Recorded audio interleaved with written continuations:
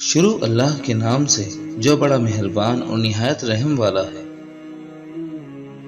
نبی اکرم صلی اللہ علیہ وآلہ وسلم مسجد میں آئے۔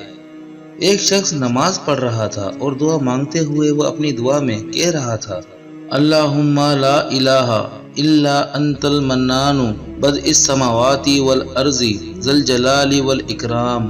نبی اکرم صلی اللہ علیہ وآلہ وسلم نے فرمایا، کیا تم جانتے ہو اس نے کس چیز سے دعا کی ہے؟